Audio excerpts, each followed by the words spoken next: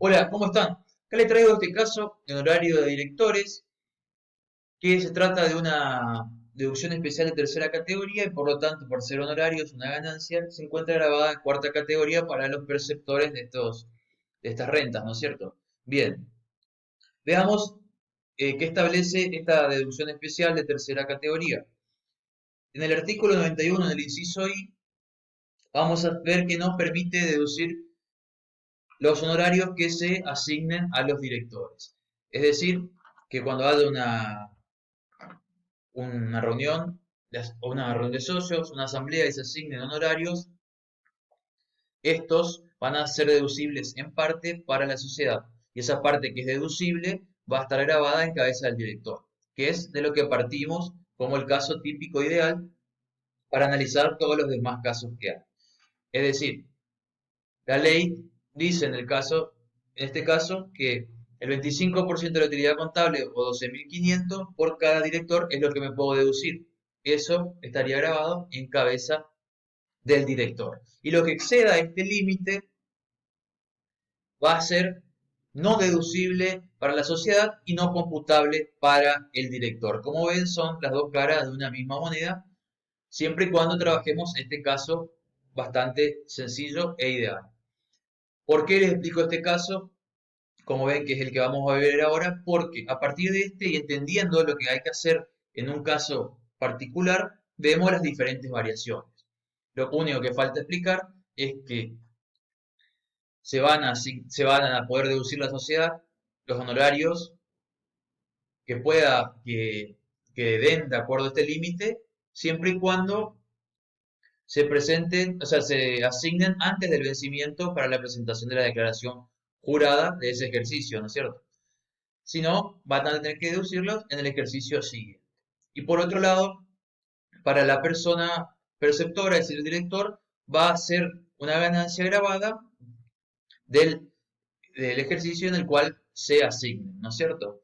Entonces, para mayor precisión sobre esto, vayan al artículo 69 del decreto, que establece que si no se asignan de manera individual y solamente se dice asignamos un horario director de tal monto, recién cuando se asigne de manera individual se va a considerar como el momento en que se sucede esta asignación de la que menciona el artículo.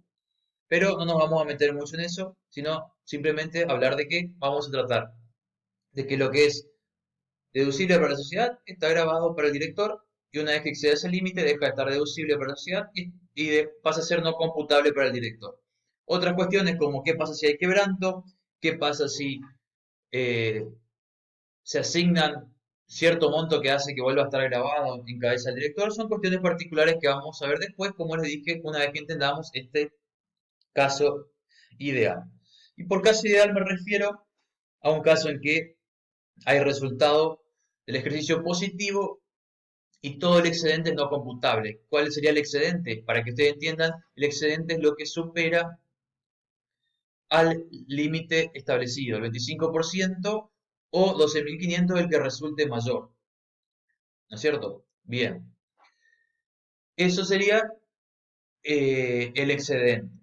Y el excedente, todo este excedente sería no computable si se da lo que establece el tercer párrafo del artículo 91 y algunas cuestiones del decreto, que son de las variaciones que vamos a ver después. A su vez, tenemos que aclarar que este 25% de la utilidad contable más bien se saca a través de una fórmula. Y analizando los dos casos, podemos hacer un resumen, como les dije, viendo las dos caras de una moneda. Una vez que atendemos en qué momento se asignaron, vamos a ver que lo que es deducible para la sociedad está grabado para el director, es decir, hasta el 25% o 12.500, se me fue un cero.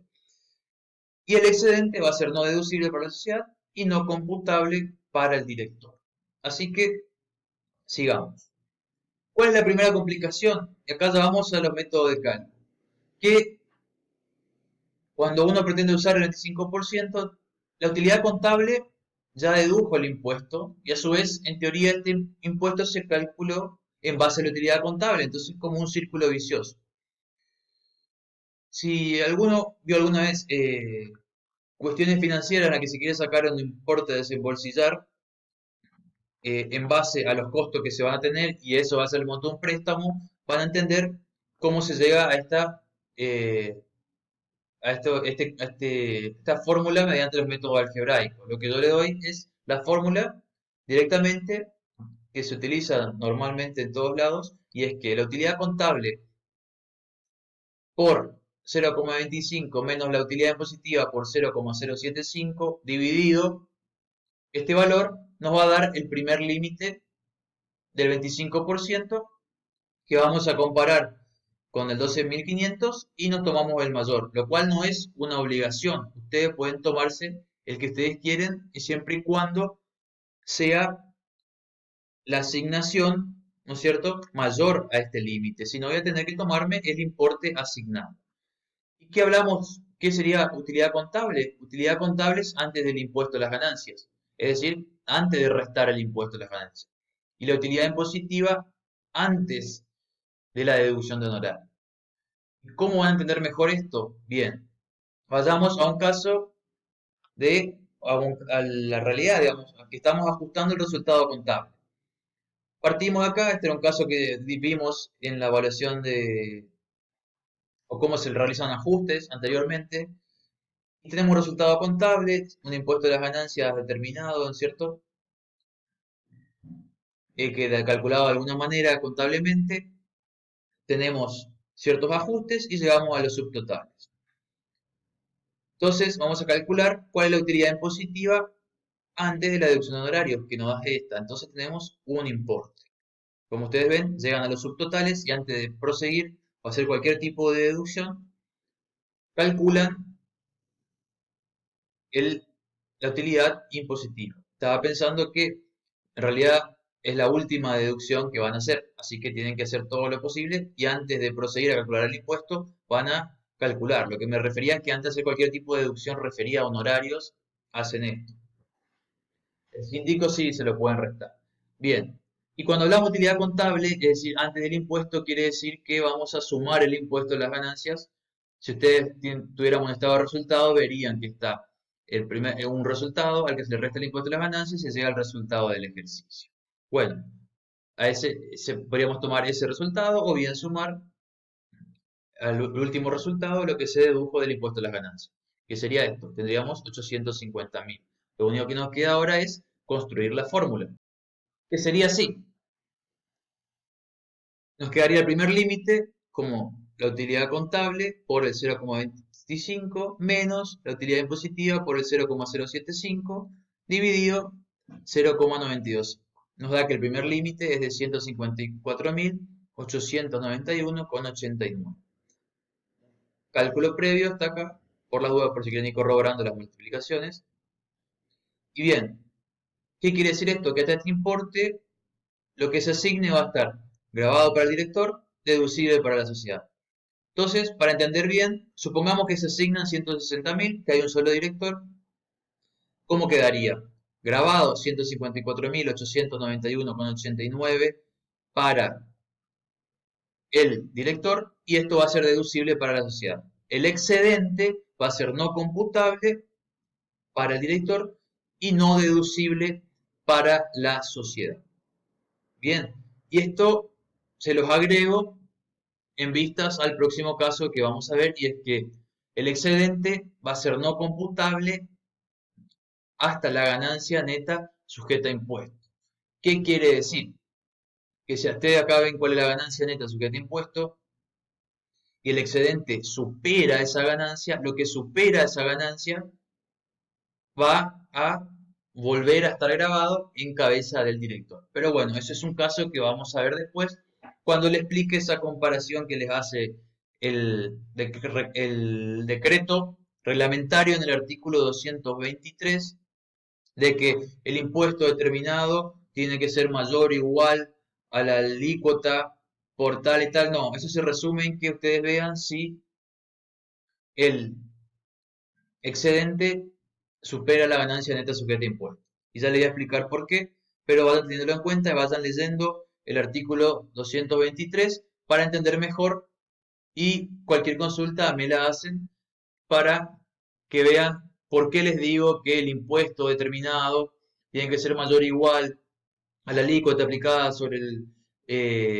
la ganancia sujeta a impuesto y eso hago una cosa o hago la otra, no. Se los voy a mostrar de una manera más sencilla. Por eso, léanlo, entiendan bien cómo es este caso ideal.